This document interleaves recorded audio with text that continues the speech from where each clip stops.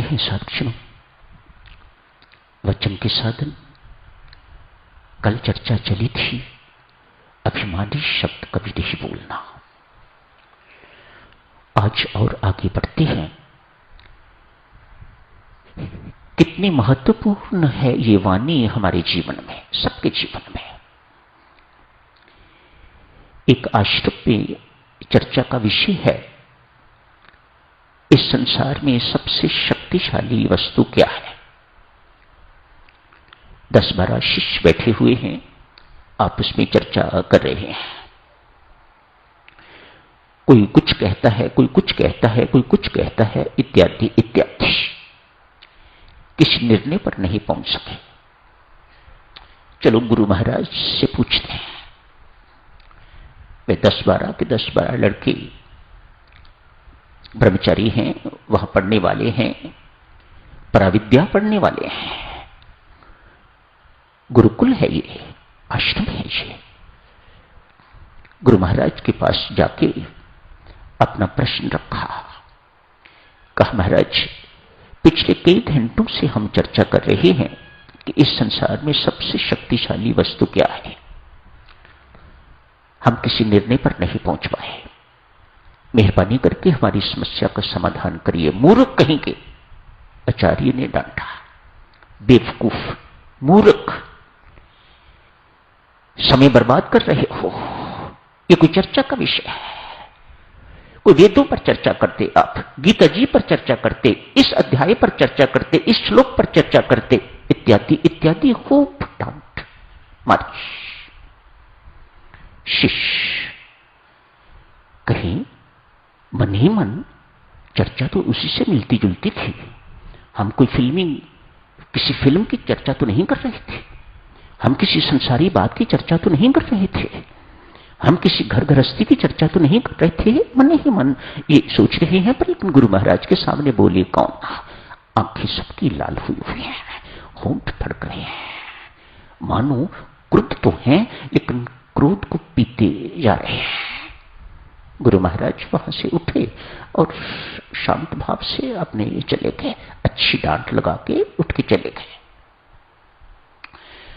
आपस में शिष्य चर्चा कर रहे हैं। ऐसे स्थान पर हमें सीखने को कुछ नहीं मिलेगा।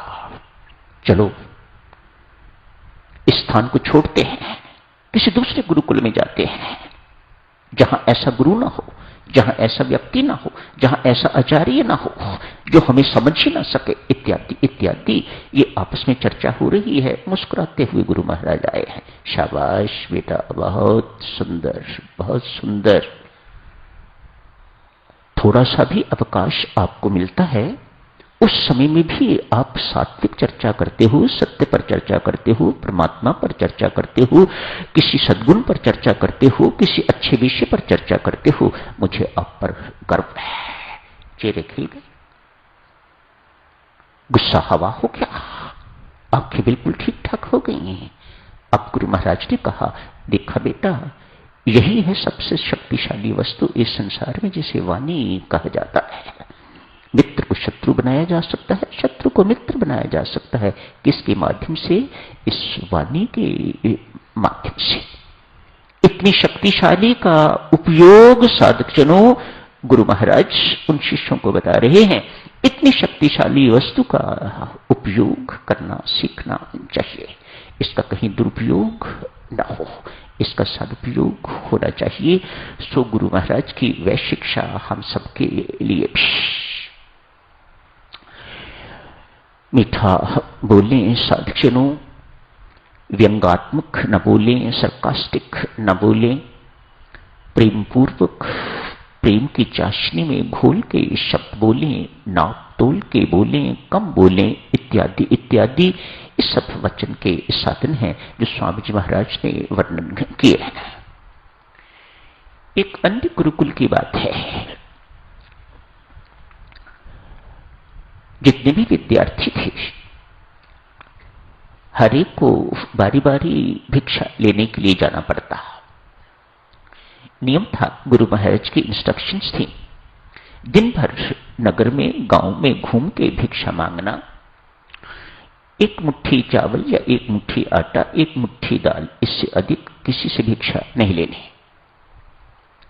शाम तक इकट्ठी करके जितनी भी भिक्षा होगी उसका भोजन बनाया जाएगा। तो एक ही बार खाना मिलता था।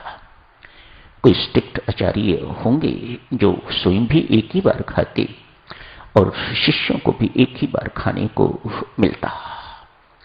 आज एक शिष्य भिक्षा मांगने के लिए गए। सबसे पहले एक सेठ का घर आया, जाके भिक्षा मांगी। सेठानी अंदर से ही बोलते हैं, कहते हैं है तो उदार बहुत, लेकिन बड़ी कर्कश है, बहुत कड़वे शब्द बोलने वाली देवी। अंदर से ही बोलती है, लो आ गया एक और भिखमंगा, सुबह सुबह ही। ब्रह्मचारी ने ये शब्द सुन लिए तो एक कटोरे में आटा डाला हुआ, एक कटोरे में दाल डाली हुई, 2 कटोरे भरे हुए सेठानी ले आई। लो। व्यक्ति ने अपना थैला नहीं खोला। इस बैग में भिक्षा डलवानी थी, उसे बंद का बंद ही रखा। सेठानी को लगा शायद भिक्षा थोड़ी है, इसलिए ये भिक्षा स्वीकार नहीं कर रहा। अंदर गई, बुड़बुड़ भी कर रही है साथ ही साथ। नखरा देखो, भीख मांगने वाला है और नखरा देखो किस प्रकार का है। मैं भीख लेके आई हूं, भिक्षा डालने के लिए आई हूं और थैले का मुख नहीं खोला।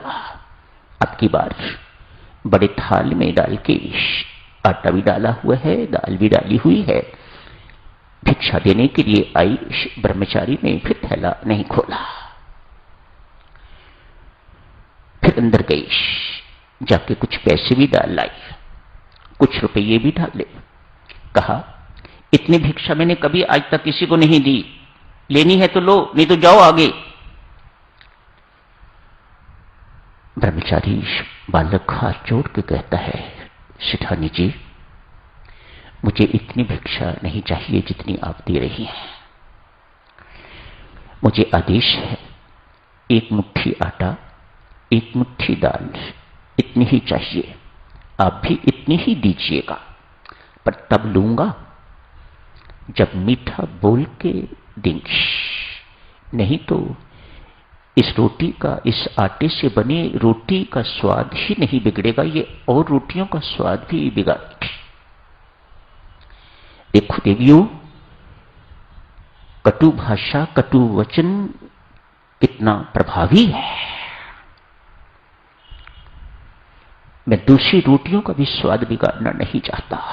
मेहरबानी करके एक मुट्ठी आटा दो, एक मुट्ठी दाल दो, पर मीठा बोल के दो तो स्वीकार करूंगा, अन्यथा आप अंदर बैठिए। ये सारी की सारी सामग्री आप अंदर संभाल के रख लीजिएगा, मैं आश्रम में नहीं ले जाऊंगा।